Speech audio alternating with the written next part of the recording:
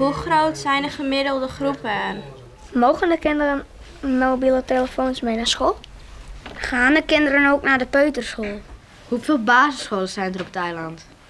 De leerlingen van OBS het Holdersnest op Harkema koen de Caribische gasten het hemd van het lief vregen.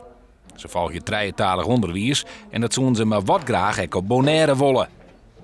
Wij dachten van hier moeten we zijn om te kijken hoe zij dat hebben gedaan. Zodat wij, om te kijken wat we allemaal kunnen meenemen om ook onze taal te versterken.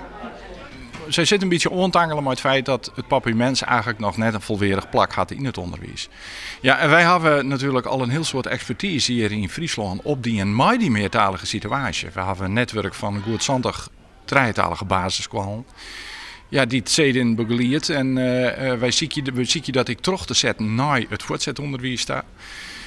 Dat er een mooie trok in de leerlingen ontstaat. En ja, daar nemen zij nou kennis van. En ze zeggen van ja, hoe zo'n we zo'n tweetalig concept ook op Bonaire inrichten kunnen.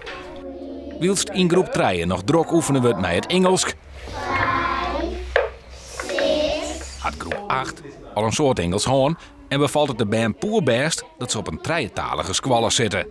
Ik vind het wel goed, want je leest meerdere talen en dan lees je het in je taal. Want later in de wereld kreeg ik verschillende talen. En dan kerst die praten en schrijven en leren dan.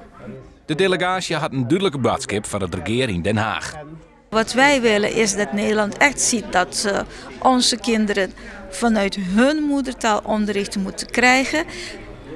Als men zegt van er is geen lesmateriaal, nou dan zorgen dat er lesmateriaal komt. Dat willen wij van Nederland, heel simpel, niet veel. De delegatie uit Bonaire wie vanmiddag nog te gast op het provinciehuis. De bezieten door het onder mij morgen.